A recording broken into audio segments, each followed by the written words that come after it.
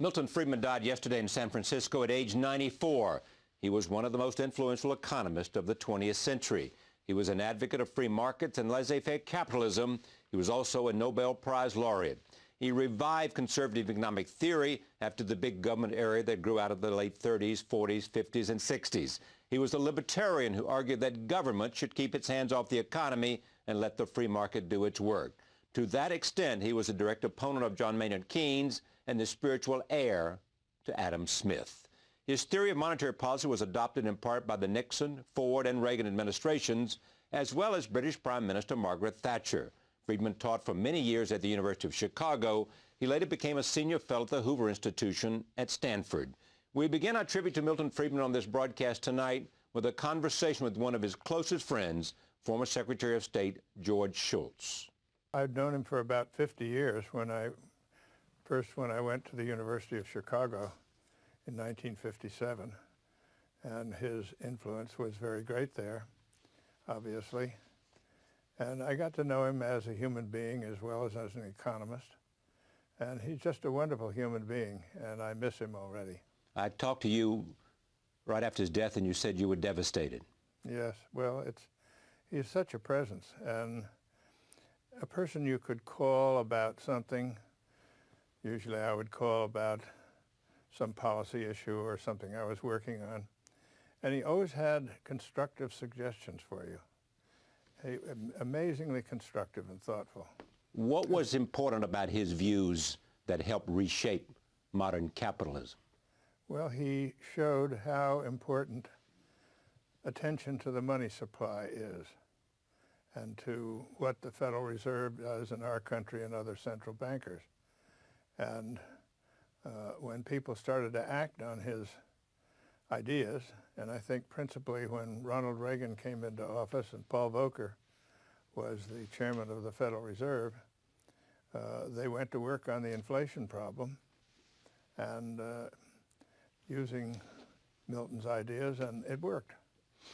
He was always But I think he was, it's not fair to say that 50 years ago no one paid attention to him. People paid attention to him. He was a very prolific writer and economist, and in many ways he kind of set the agenda, and people argued with him a lot, but people used to say, everybody loves to argue with Milton, particularly when he isn't there. He's a good arguer. Remember, as you remember Milton, talk about his lifelong companion. Well, Rose is a lovely person, and you see the two of them, they're just two peas in a pod. And we gave a 90th birthday party for Milton at my home on the Stanford campus, and we had a little show, and they sat on this love seat watching and holding hands and like they were on a honeymoon. I guess they've been married about 70 years. It's just a beautiful love affair. Not only did he talk about monetary policy, and not only did he talk about freedom, always about individual liberty. Always about freedom. Freedom was the touchstone. Free markets, free political systems, free people, free to choose. That was the trademark, free to choose. And he did that wonderful series that has been shown on PBS a lot, of Free to Choose series that has been shown all over the world, and it's had a tremendous impact. He did that, I might say, with Rose. That was jointly with Rose. Now, you served in more high-level positions of government than anybody, few people I know. Milton Friedman thought government should have a very, very, very limited role. Well, he thought that government should take care of our defense and conduct our foreign policy. He wanted government to be conducted well, and he had lots of ideas about issues of public policy, and I found him extremely helpful when I was in my various offices. I'll give you an example, if you would like one. Please do. When President Nixon was elected, Milton wrote him a letter that it arrived before he was inaugurated. And the letter said that there is immense pressure on the tie of the dollar to gold, to $35 an ounce. And the pressure is so great that the time is going to come before long when you're going to be forced to make a change. So rather than have your hand forced, maybe at a time that you don't want, why don't you take the initiative and change that? And in the parlance of the day, close the gold window and change the exchange rate system to a more flexible system. His advice was not taken. But what he predicted came true, namely, by 1971, there were so many obligations out that there was no way to redeem all the dollars out there for $35 an ounce, so the gold window had to be closed. And we had quite a period of turmoil as the markets took place and people were adjusting to the lack of that tie to gold. And what they wanted was what was called a par value system, where all the values of the various currencies were stated with respect to each other. Milton believed, and I believed, that we're better off with a flexible exchange rate system. So I had a long talk. I was Secretary of the Treasury by that time. We were just trying to design a plan. So he suggested something, the basic idea I used, namely how to have a flexible exchange rate system in the clothing of a par value system. It was very ingenious. And Milton had the idea, and I managed to get it into effect and propose it. It never took effect because the market really took over, and before long we got the exchange rate system we now have, which is a more or less flexible exchange rate system. George Schultz, thank you very much for joining us and remembering your friend and ours, Milton Friedman. And thank you, Charlie, for devoting your program to Milton Friedman. He was just the greatest. Thank you very much. Back in a moment, we'll hear from Milton Friedman. Stay with us.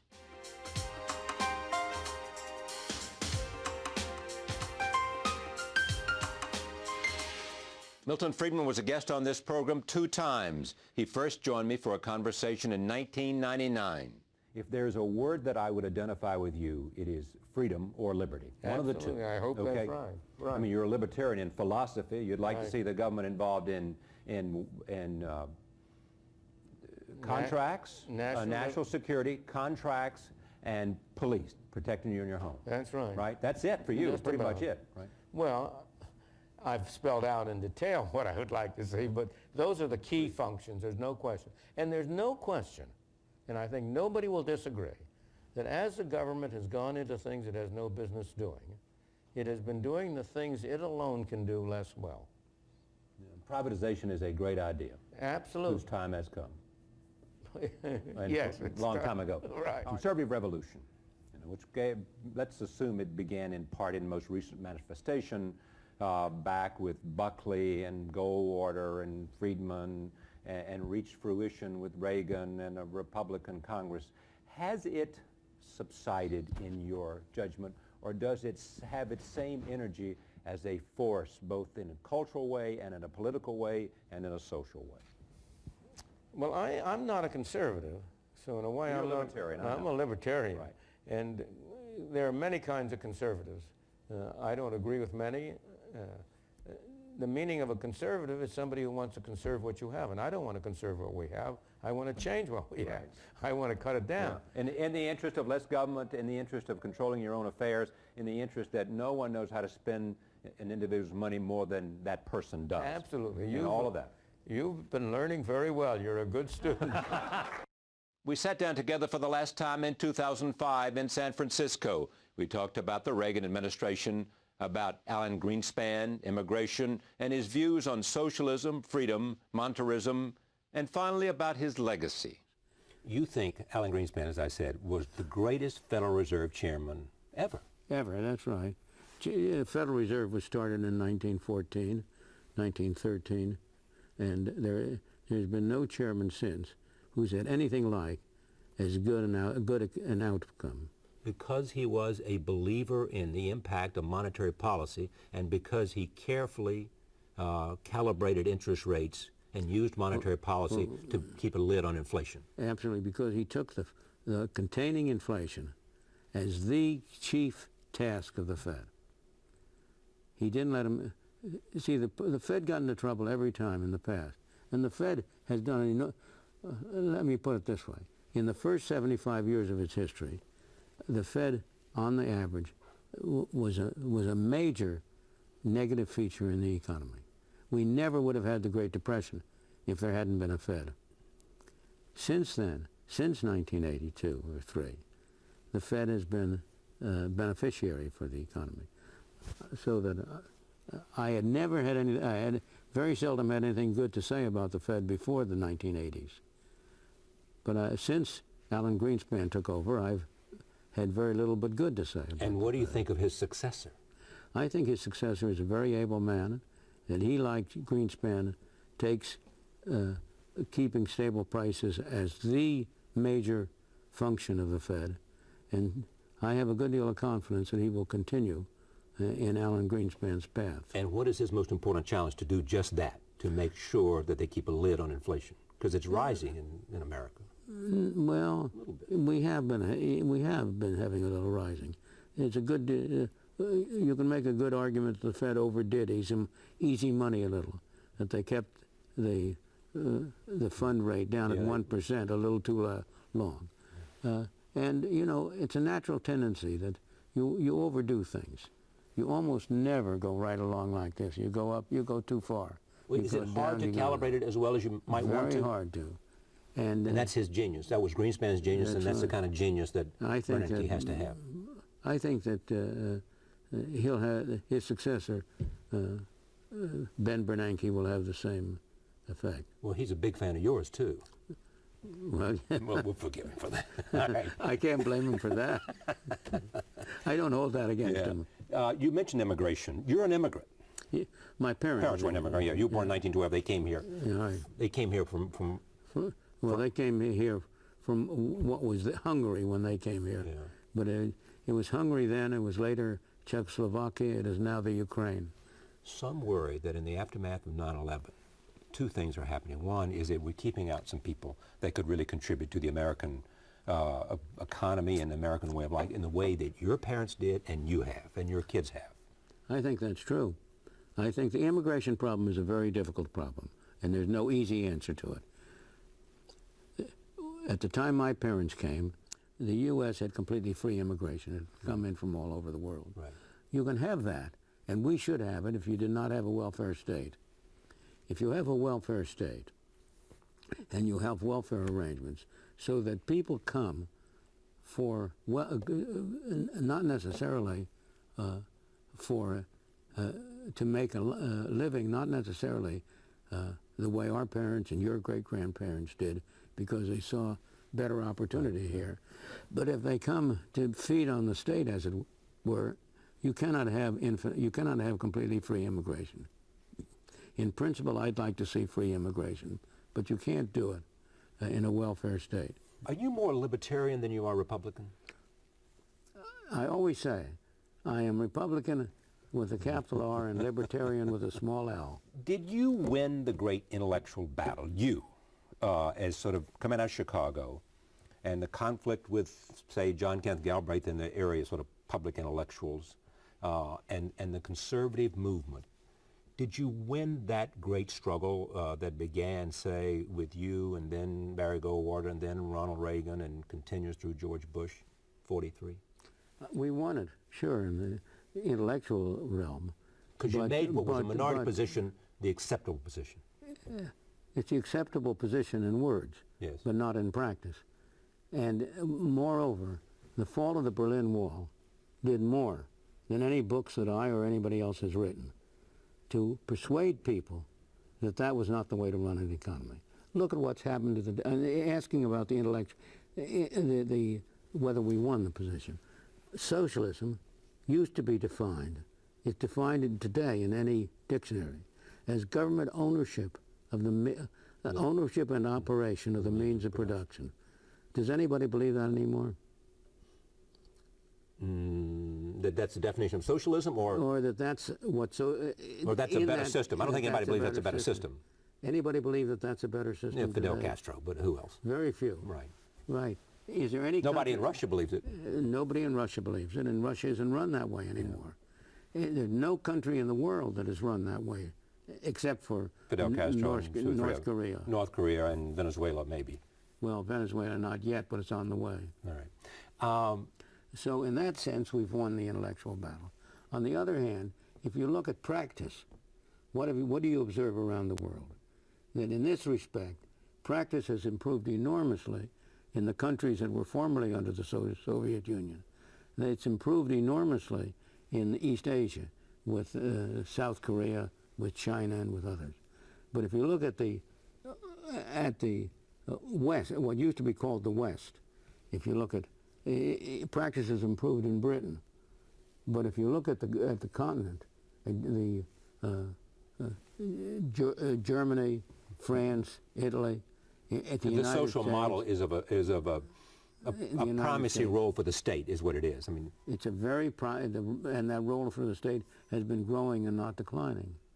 even though it's one of the great questions in Europe today, the re-examination of that model. Did you consider Britain before Margaret Thatcher a socialist country?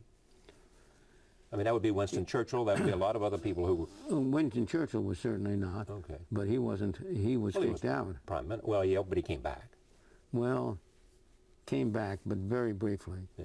And Britain moved increasingly in a socialist direction. And it, in particular, was putting into effect the ownership and operation of the means of production. It nationalized the steel industry.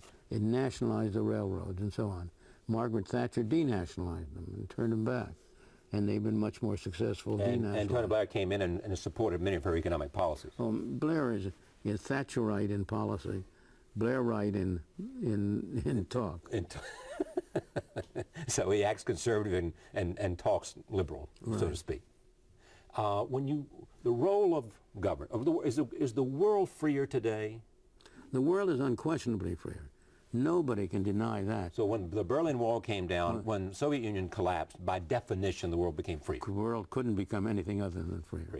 People in Poland and Lithuania and the Czech Republic and Slovakia, Hungary, every one of those, in every country that was formerly under the Soviet Union. Maybe there are some exceptions in those along the border. But the irony is that a lot of those former communists are now parts of these new governments that are non-communist. Of course, because after all, the communist ability will tend to rise in any kind of a society. And able people will tend to play an important role, and many of those people were able. Let me go to what many people consider your important contribution to, and I assume this is part of why you won the Nobel Prize, you were the recipient of the Nobel Prize, is because you argued and persuasively that monetary policy was central to the economy, to a successful, efficient economy. And you argued something, I remember something called the quantity theory of monetary policy. In fact, you used to have a license plate that said what? I still do. You still do? All right. What is it? It's MV equals P. MV, which is a formula for that. Money times velocity equals price times output. Exactly. All right. But is that the central contribution you have made to economic thought? Well, I have a little. That is part of it. I don't like to judge my own. I like to leave that to other people. This is from the new federal chairman said before he was appointed, Ben Bernanke. Friedman's monetary framework has been so influential that in its broad outlines it has nearly become identical with modern monetary theory. That says it right there. Yeah, I think that's a correct statement. And that is the principal contribution. Well, that's a contribution that probably has the most practical effect. But you see, when you talk about a contribution to economic theory, the things I've done in the field of consumption, theory of consumption, right, things I've done about choices under uncertainty. There are various technical things I've done in economics that, from the point of view of economic theory, are probably more important. You've argued that consumption theory is more important. You think it's the most important thing you've done. No, not that it's the most important. That is scientifically the best thing I've done. Okay. Let me talk about people. I want you to assess people. I mean, someone once said to me, well, if you're 93, you got nothing to worry about. I've got a hell of a lot to worry about. Yeah, but not that. I want to mention names and tell me what you think. Tell me what their value is. Why you? Sum them up. Ronald Reagan. He was a great man, no question, because he was a man of principle, and he stuck by his principles and lived by his principles. And he was, as a person, of course, he was a charming person. Everybody who knew him loved him. Nobody who could tell stories the way he could tell them. How important is he to the success of, quote, the conservative movement in America in the last 25 years of the previous century? He's tremendously important. I think he and Margaret Thatcher between them are have been the most influential proponents of free markets and free enterprise in the last century. In the last century, the most. Where is Barry Goldwater? Well, Barry Goldwater was an original. Barry Goldwater, like Ronald Reagan, was a person of principle, who was willing to stick to principles and not. It was a tragedy that JFK got assassinated, because if it had been Goldwater versus JFK, John F. Kennedy, right. They were good friends. Right. They liked one another. Right. It would have been a good-spirited thing. It would not have been a mean, nasty kind of an election, as it actually was with Johnson. And who do you think would have won? I think Kennedy would have won. Yeah. But it would have been a much closer thing. But, you know, Goldwater almost pulled out of the race after Kennedy was assassinated. I know he did. And, but I think he was a great man. Richard Nixon. One of the smartest people I've ever met. There's no doubt that if you were to judge the presidents by pure IQ, I think Nixon would come at the top. Not very much above Reagan. Reagan had a very high IQ too. He was much maligned by the people who thought he was a movie actor, couldn't be very smart. But Nixon, however, did not have the same was not as principled as he. I used to say that our principles were his prejudices.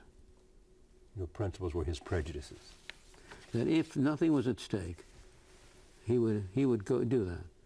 But it only took a low price, a low reward in terms of politics, for him to willing to go above his principles. You never forgave him for wage and price controls? Never. No, I never did. I mean, you thought it was just a sellout of the highest order. Well, the last time I saw him was not long after wage and price controls, and that was the last time I saw him. Right after that? Right after that. Jimmy Carter. Well, I never had any contact with Jimmy Carter. I have no competence to judge that. You admire his post-presidency? Some parts of it. The house building, yes. Yeah, the habitat. The habitat. All right. But Bill Clinton, President Clinton, who presided over 8 years of economic success. Yes, he did. And dramatically reduced the deficit. Yes. Left a surplus. Yes, that's right. That's a good thing? Yeah. Well, let's see what the reason behind it was. The reason behind it was you had a Democrat as a president, and you had Republicans in command, at least of at least one house, and then of both houses. Right. During his regime, and so you had gridlock, and that's why you had such good fiscal performance. Because there wasn't that much spending. Yeah, because they couldn't agree. See, the best thing to hold down spending is to have a Democratic president and a Republican Congress. What do you think has been, and where have you changed your mind? Where has Milton Friedman said, I was wrong? Well, or I changed my mind, new evidence makes me look at this in a new light? Well, I'll tell you one place. I used to believe that there was some virtue of an antitrust action. I used to believe... Breaking up Giant. And now I don't really believe it. I believe now that the antitrust actions have on the whole done more harm than good, and that the only place where you have real monopolies is where government provides a monopoly. So look at AT&T, or you look at IBM, and no, they didn't win that one though. That was a court suit, but didn't win that. Yeah, well, the AT&T was broken up, and it was a good thing that it was broken up. But the AT&T, most monopolies can prevail only because government supports them. The teachers' unions have a monopoly because of government laws that are favorable to the union. Is that because humankind's initiative is to be free and to be competitive? I think that humankind has a, well, it's hard to say what humankind's initiative is. Yeah. Instinct is, though. Don't you believe I believe that people want to be free. Yeah. I believe that people want to be responsible for themselves. And that's what gives them the most satisfaction. That they don't like to be controlled by other people. Of course, they also like gifts. They also like to be given things. They like to have free lunches. And there are no free lunches. What do you want your legacy to be? Well, I guess I want my legacy to be twofold. On the one hand,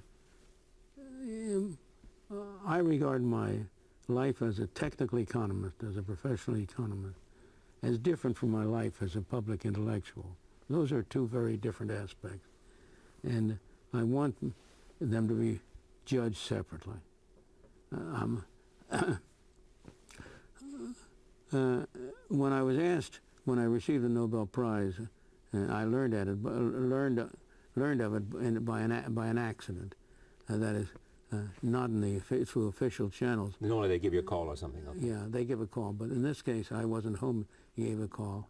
I was on my way to Michigan to engage in propaganda for a tax and spending limitation amendment to the Michigan Constitution. And we had the group that I was going for had a press conference in the Detroit Athletic Club. And we came to the I flew in. We came in a car and drove in, and as I got out of the car, we were surprised that there was a big crowd there. We didn't think we were going to draw anything like that number of reporters. And the reporter stuck a microphone into my mouth and said, "What do you think about the prize?" And I said, "What prize?" Because I hadn't heard anything. And one of the things he said, what do you think about, is this a high point of your life?